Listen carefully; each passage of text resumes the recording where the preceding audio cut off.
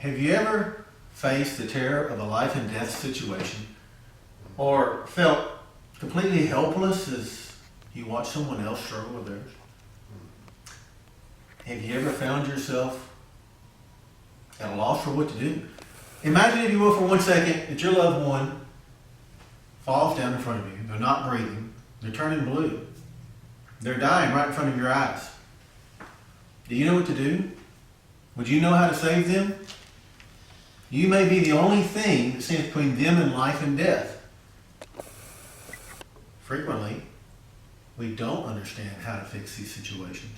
We panic. We freeze. My name is Jim Jones. I've been in the emergency medical field for approximately 20 years.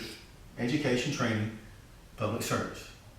And what I'd like to do is take some of my experience in education and in 5 to 7 minutes teach you how you can get past this situation. 425,000 people die each year from an out-of-hospital cardiac arrest. That's almost 500,000 people each year from an out-of-hospital cardiac arrest.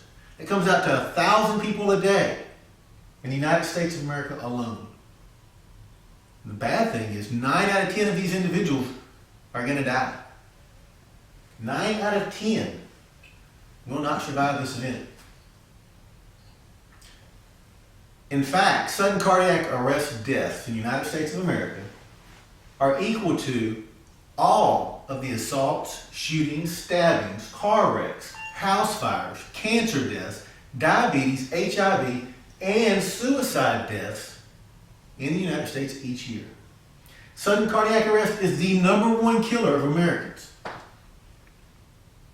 And most of the time, we find ourselves at a loss for what to do in this moment of panic. A simple procedure called hands-only CPR can be the difference between life and death. It's a very, very simple procedure. And we've learned from our mistakes from the past of how to simplify it. And that's our goal today. And you might ask yourself, well, if it's so simple, first off, how do I know when to implement something? How do I recognize the need for this?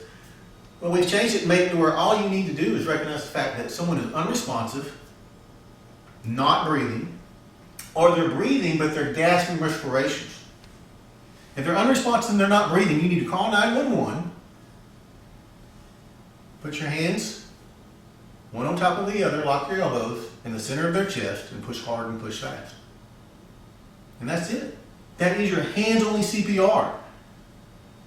And I know you're thinking to yourself right now, well, I've learned this stuff before, and there's a whole lot of other steps involved. And there are.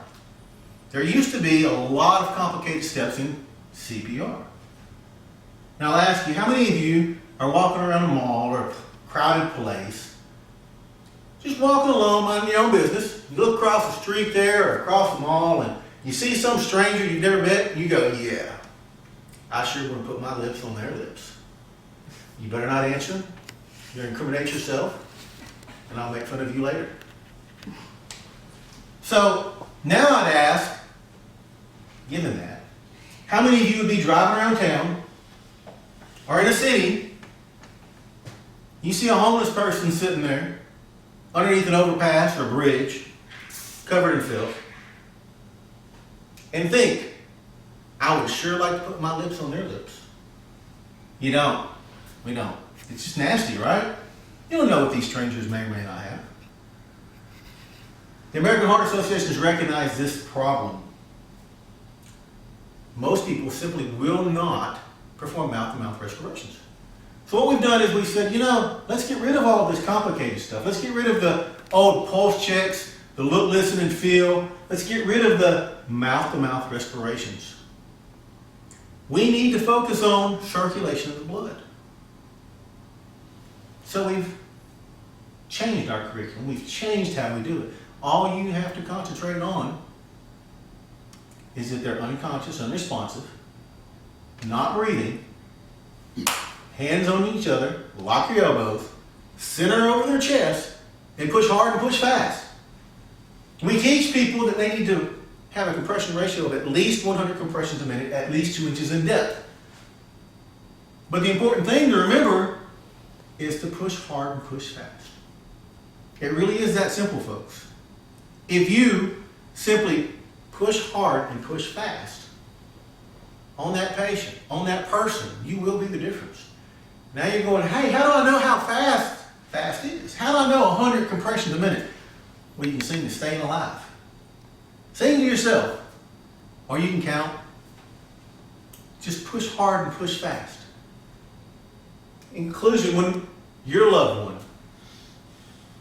when your family members have this event, 1,000 Americans a day, folks, you're going to be the difference between life and death.